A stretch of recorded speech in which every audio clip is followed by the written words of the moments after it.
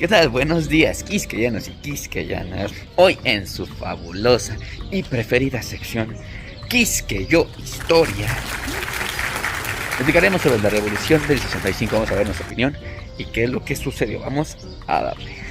Por cierto, ya somos más de 4,000 suscriptores en este hermoso canal. Muchas gracias, estamos muy agradecidos.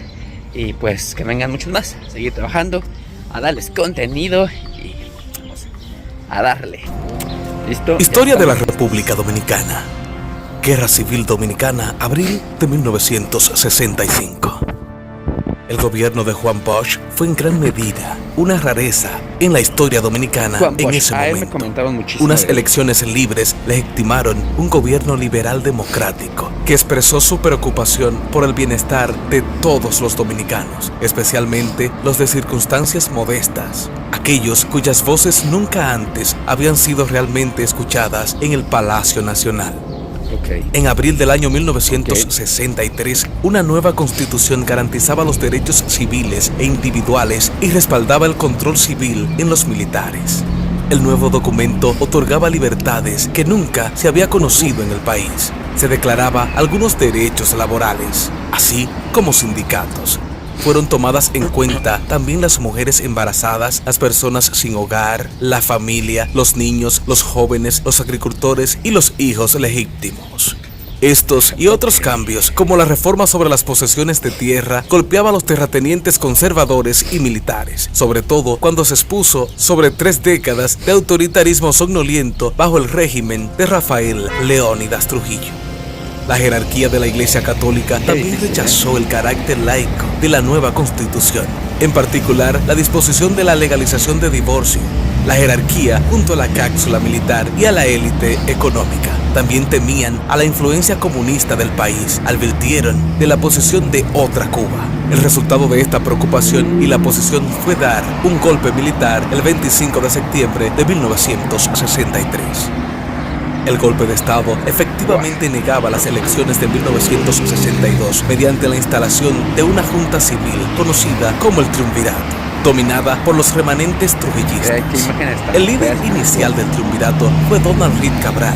El Triunvirato no logró establecer su autoridad sobre las facciones conservadoras, ni dentro ni fuera del ejército. Tampoco convenció a la mayoría de la población de su legitimidad. La vanguardia de la revolución de 1965, los PRDistas y otros partidos de Bosch se llevaron constitucionalistas en referencia a su apoyo a la Constitución en 1963. El movimiento contó con algunos oficialistas militares jóvenes entre sus filas. Una combinación de militares reformistas y aguerrados combatientes civiles salieron a las calles el 24 de abril. Tomaron el Palacio Nacional e instalaron a José Rafael Molina Ureña como presidente provisional. La revolución tomó la dimensión de una guerra civil cuando las fuerzas conservadoras del ejército, dirigidas por el general Elías Wessing y Wessing, devolvieron el golpe contra los constitucionalistas el 25 de abril. Estas fuerzas conservadoras se autodenominaron leales.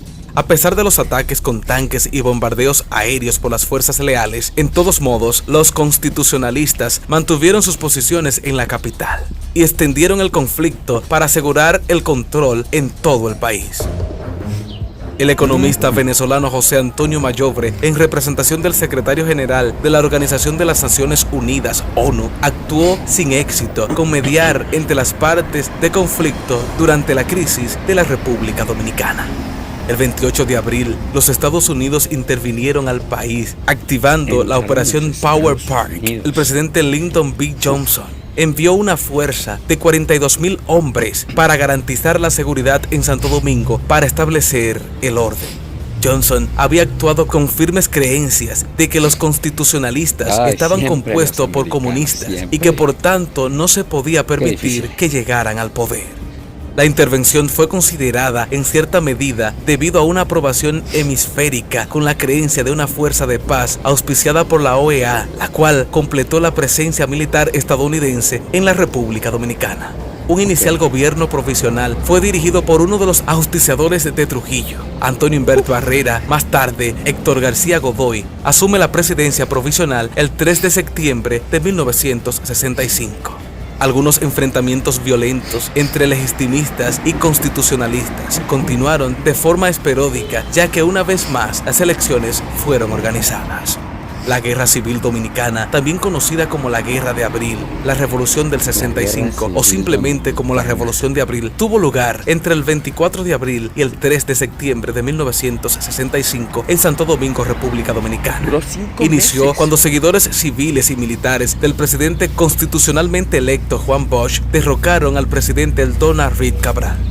El golpe de Estado llevó al general Elías Wessing y Wessing a organizar militares leales al presidente Reid, y por sus intereses ya tenían una mafia de armas conjunto con los Estados Unidos, y con el regreso de Juan Bosch, ese tráfico de armas se vio en peligro, iniciando una campaña contra los así llamados rebeldes constitucionalistas. Alegaciones de apoyo extranjero a los rebeldes conllevaron a una nueva intervención estadounidense en el conflicto, que después se transformó en una ocupación de la Organización de los Estados Americanos, OEA, en el país. Más tarde, en el mismo año, las tropas internacionales se retiraron del país. Se realizaron elecciones en 1966, en las cuales Joaquín Balaguer fue elegido presidente. Hoy se conmemora el 54 aniversario de la Guerra Civil del 65. Y bueno, creo que está más que claro, ¿no? Fue algo difícil.